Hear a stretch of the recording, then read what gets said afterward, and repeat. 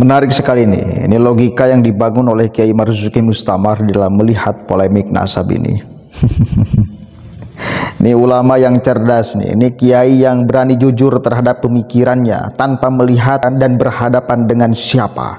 Tetapi bila itu adalah keluar dari kejujuran pikiran, beliau ucapkan tanpa tedeng aling-aling. Makanya salah satu kelemahan dari muhibbin itu itu istilah muhibbin itu yang membuat terkunci pikirannya, tidak mau membuka pikirannya, tidak mau menerima fakta kebenaran yang lain. Nah, namanya muhibbin. Ya ibarat laki-laki mencintai perempuan, ada banyak alasan laki-laki mencintai perempuan. Ada karena kecantikannya tok, ada karena kesamaan di dalam pemikirannya, ada di dalam kesamaan di dalam hobinya dan lain sebagainya. Nah biasanya orang yang hanya mencintai karena fisiknya, karena cantiknya, tidak akan lama saudara. Tidak akan lama. Karena kecantikan itu tidak akan abadi, ya, akan lekang oleh waktu, akan habis oleh waktu. Ya sama aja dengan muhibbin yang mencintai Habib, ya karena kemolekannya, karena mungkin ketampanannya, karena mungkin ngakunya sebagai zuriyah Nabi, makanya memberikanlah mahabbahnya kepada mereka tanpa melihat karakter mereka, tanpa melihat apa yang mereka ucapkan, tanpa melihat apa yang mereka ajarkan, tanpa melihat akhlak mereka dan lain sebagainya, tanpa mempertimbangkan itu semua.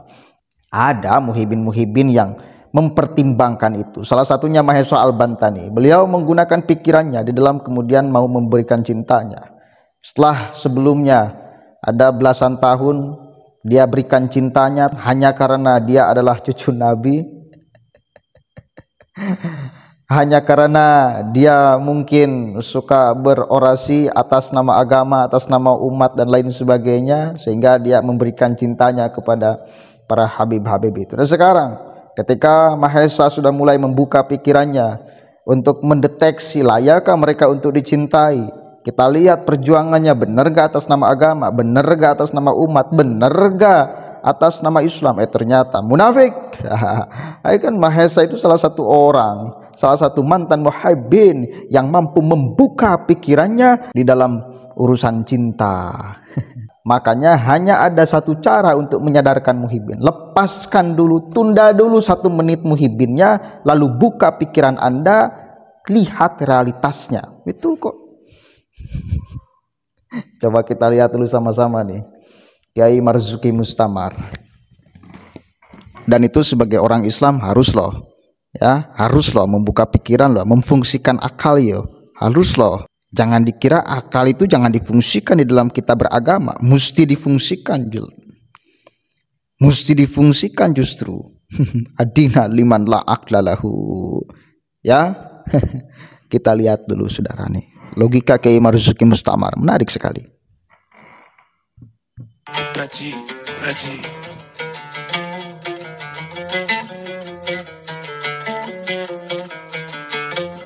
Hadirin, kula nyuwun sak menit logika tentang rame-rame nasab. Rame-rame nasab lho. Ngeten. Lamun enek wong Jogja, omahe radoh teko kraton Jogja, duwe omah lawas umure 100 tahun luwih, yo duwe pusaka keris umure enek 150 tahun. Wonge yo alus wong pancen Jogja. Wonge berperadaban, darah biru pancen Jogja. Lamun wong ngono kuwi ngaku keturunane nasab duriyae Sultan Hamengkubuwana, kan yo maklum to. Nggih to?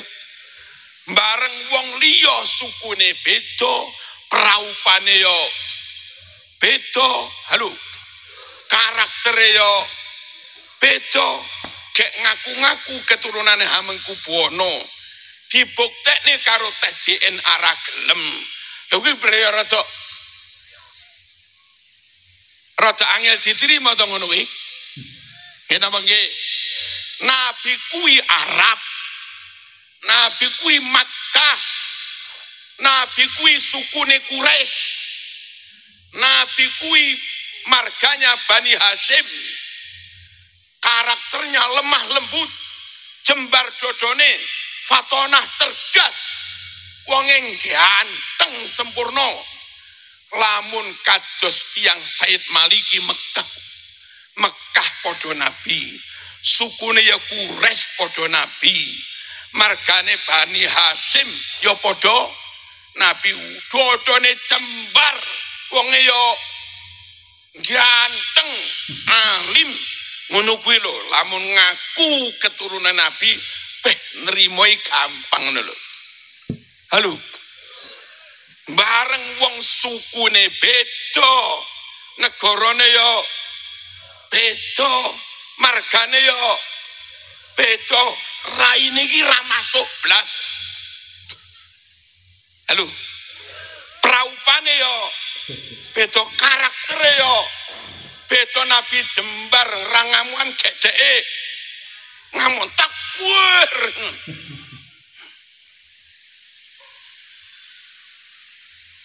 Lah Nabi ganteng, Said Maliki ganteng gedeke yo. Dibuktekne karo tracking DNA ra gelem. Lah ngono kuwi dheweke kudu gelem ngakoni, lek ora di lah ngono iki piye to lho. Ngerti peragi kula rasah nyebut lho ya. Tapi paham to? Ngeten mawon pun. Lek karo sanepan iso paham nyapo terang-terangan. Wassalamualaikum warahmatullahi wabarakatuh.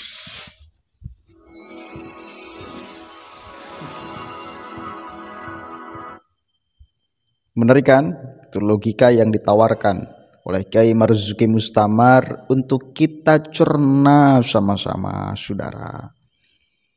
Jadi kalau orang baik ngaku sebagai cucu Nabi, akhlaknya baik, cerdas pula, alim pula, wajar kita terima, nggak bakalan kita pertanyakan. Ya, ini ada orang yang akhlaknya buruk, adabnya buruk, maksa kita untuk mengakui sebagai mereka adalah zuriat Nabi. Nanti dulu dong, buktikan. Disuruh untuk membuktikan ragelem, gimana ini coba? Wajar loh, kita punya kewajiban sebagai orang Islam untuk mempertanyakan supaya kita tidak jatuh terhadap kesalahan di dalam mencinta.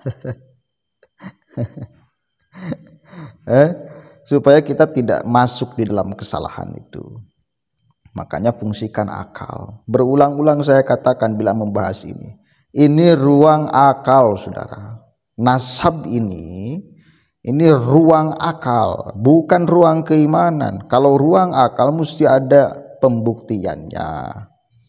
Ya, dulu ulama-ulama sudah menetapkan, misal ya, memang sudah ada yang menetapkan bahwa Sa'adah Ba'lawi itu bagian daripada zuriyah Nabi. Boleh nggak kita koreksi? Oh boleh. Apa alasan ulama-ulama terdahulu menetapkan Sa'adah Ba'lawi sebagai zuriyah Nabi? Alasannya apa? Metodologi penelitiannya apa sehingga bisa menetapkan itu? Kirain mereka para beliau, ulama-ulama terdahulu punya bukti yang akurat menetapkan Sa'adah Ba'lawi sebagai zuriyah Nabi. Misal disandarkan pada nama Ubaidillah memang tercatat sebagai zuriyah Nabi pada abad keempat. Ternyata enggak ada. Ya, dilacak sekarang oleh ahli filologi enggak ada tuh. Diuji di meja ilmiah, di meja akademik akan sangat rapuh. Wajar kita pertanyakan. Ya. Wajar loh. Karena atau dasar penelitiannya, basis penelitiannya ada yang kurang. Kalau mereka menetapkan Sa'adah Ba'lawi sebagai zuriyah Nabi, disandarkan pada penelitian yang kuat, ya, kuat banget, tanpa ada celah untuk kemudian membantahnya, mengkritiknya, mengkoreksinya, ya nggak bakalan ada yang mengkoreksi sekarang. Tetapi karena ada celah, ada pertanyaan yang memang itu sangat rasional, maka wajar celah itu dipertanyakan. Lah ketika dipertanyakan malah marah-marah.